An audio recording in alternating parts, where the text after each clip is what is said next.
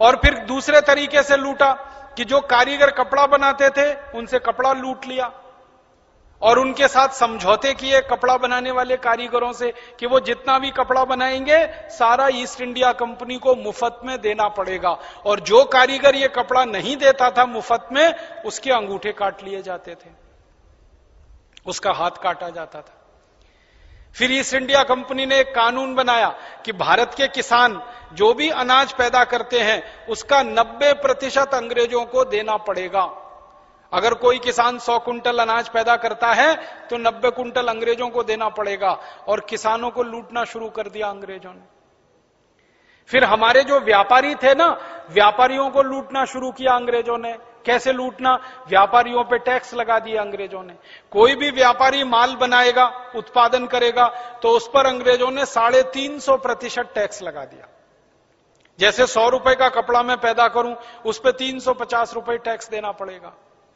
फिर उस कपड़े को बेचूं तो बेचने के लिए टैक्स देना पड़ेगा। फिर बेचकर मुनाफा कमाऊं तो मुनाफे पर टैक्स देना पड़ेगा, इनकम टैक्स। ऐसे 20 किस्म के टैक्स लगा दिए और व्यापारियों को लूटना शुरू कर दिया। तो कारीगरों को लूटा, व्यापारियों को लूटा, किसानों को लूटा, और लूटने आर्थिक रूप से और दूसरे काम बहुत किए अंग्रेजों ने। दूसरे काम क्या किए? जहां जहां अंग्रेज जाते थे लूटमार करने के लिए, किसी भी गांव और किसी भी शहर में, वहां अगर उनको हमारे देश की माताएं बहनें जो सुंदर हैं शरीर में दिखाई दे जाएं, तो अंग्रेज उनको छोड़ते नहीं थे बिना बलात्कार किए। धन तो लूटा ही हमारा, हमारी मां बहन बेटियों की इज्जत भी लूटी उन्होंने। और मां बहन बेटियों के साथ इतना बुरा बर्ताव करते थे कि वो पढ़ते समय मुझे खून खौलता है। हमारी माताओं बहनों बेटियों के साथ अंग्रेजों का बर्ताव कैसा होता था? कोई सुंदर महिला अंग्रेजों को दिखाई दे जाए, उसको सरेआम नंगा करते थे।